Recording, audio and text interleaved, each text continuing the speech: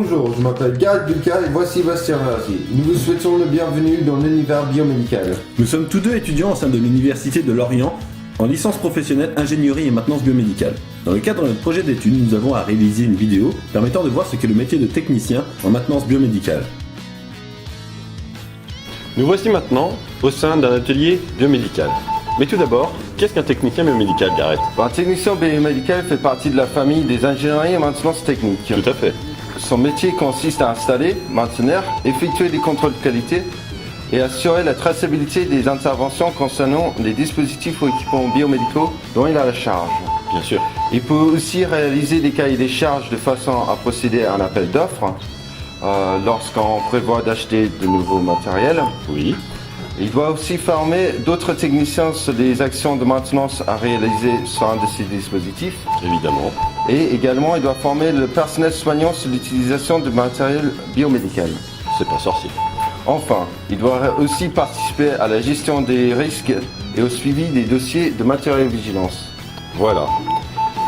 Nous savons maintenant ce qu'est un technicien biomédical, mais il faut aussi savoir qu'il peut se spécialiser dans différents domaines selon l'endroit où il évolue ou la société dans laquelle il travaille. Les spécialités sont évidemment technicien de maintenance en imagerie médicale, mais aussi en anesthésie-réanimation, bloc opératoire ou tout autre système.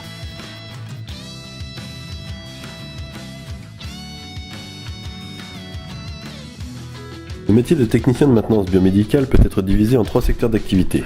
Technicien en société, technicien en clinique ou technicien en centre hospitalier. Dans un premier temps, le métier de technicien en société.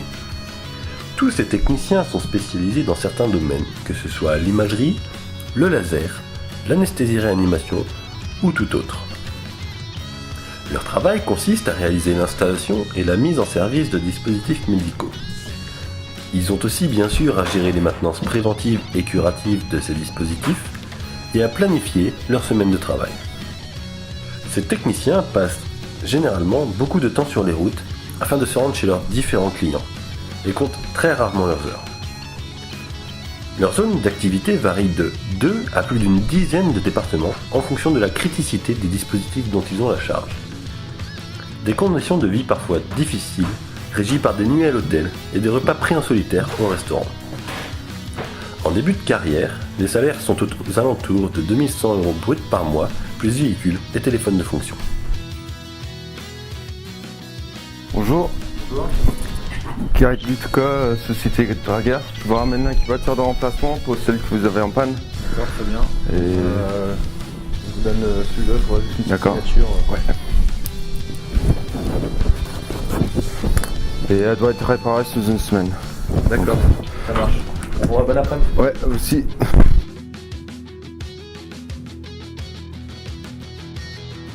Dans un second temps, nous pouvons rassembler des techniciens en centre hospitalier et en clinique qui ont des activités quasiment identiques. Cependant, il faut noter que les techniciens en clinique ont plus souvent de la paperasse à réaliser et ont davantage de responsabilités que les techniciens en centre hospitalier. Dans les deux cas, leur travail consiste à faire le suivi de la GMAO, effectuer les opérations de maintenance préventive et curative sur les dispositifs médicaux, réaliser les cahiers des charges dans le but de nouveaux appels d'offres en partenariat avec les ingénieurs biomédicaux et, évidemment, la formation du personnel utilisateur. En centre hospitalier, un technicien travaille soit 35 soit 39 heures par semaine.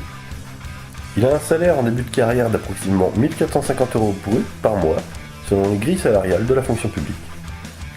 Dans certaines structures, le technicien aura la possibilité de réaliser des gardes, dites astreintes, à la semaine ou le week-end, qui permettront d'augmenter un peu le salaire de base.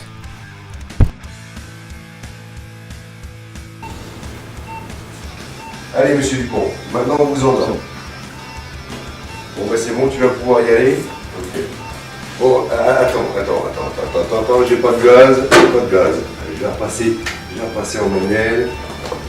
J'ai pas de gaz, bon, bah écoute, tu vas attendre un peu. Oui, bonjour, c'est François, l'infirmier anesthésiste en salle 4. J'ai un ennui là, ma machine, j'ai plus de gaz. Donc, je suis tout seul en salle, le médecin est en train de faire une autre induction à côté. Il est occupé, est-ce qu'il y en a un qui peut monter pour voir d'où vient la fuite? Parce que là j'ai vraiment pas le temps de m'occuper, je suis obligé de ventiler le patient là. Merci, à tout de suite. C'est pas trop Oui. tôt? On t'a appelé, oui. Parce que là, je suis en train de ventiler à la main, la machine ne marche plus, elle a passé son test ce matin impeccable. Donc vas-y, trouve-moi d'où ça vient. Jette un œil sur le canister parce que je me demande s'il y a quoi de dernier tiroir. Le canister, il y a une fissure, donc je vais changer. Ça marche. Allez, on se dépêche, une belle. Oui, bah tu vas arrêter de nous mettre la pression, s'il te plaît. Vas-y, on lance la machine. Bah écoute, tu vois, Nickel. nickel. Et Alors, retrouve tout à l'heure, le il y a couleur, encore un nickel. problème.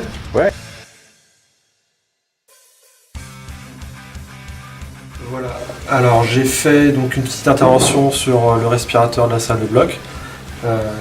Du coup il va falloir que je précise l'activité que j'ai réalisée. Donc pour ça j'ai une GMAO, gestion de maintenance assistée par ordinateur. Donc dessus je vais rentrer tout ce que j'ai fait, toutes les pièces que j'ai utilisées et tout ce que je prévois de faire. Donc ça il va falloir que je le précise pour qu'on puisse suivre mon activité. Donc là je vais aller simplement sur D'après le décret de 2003 sur les obligations de maintenance, tout dispositif médical doit être soumis à un contrôle qualité afin de vérifier s'il répond aux exigences constructeurs. Nous arrivons maintenant à la fin de cette vidéo et nous espérons avoir suscité chez vous un intérêt pour le métier de technicien de maintenance biomédicale. Pour plus de renseignements, nous vous invitons à prendre rendez-vous avec les techniciens du service biomédical du centre hospitalier le plus proche de chez vous, afin qu'ils puissent vous accueillir et répondre à vos interrogations. Si ce métier vous intéresse, on vous conseille de vous rendre dans un des centres de formation pour y récupérer des renseignements. Kenavo.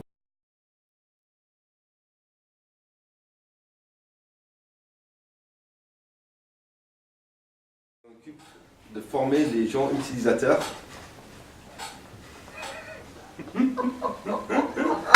Le médical fait partie des ingénieries et maintenance technique. Son métier consiste à installer, maintenir, effectuer des contrôles qualité et assurer des interventions concernant des dispositifs.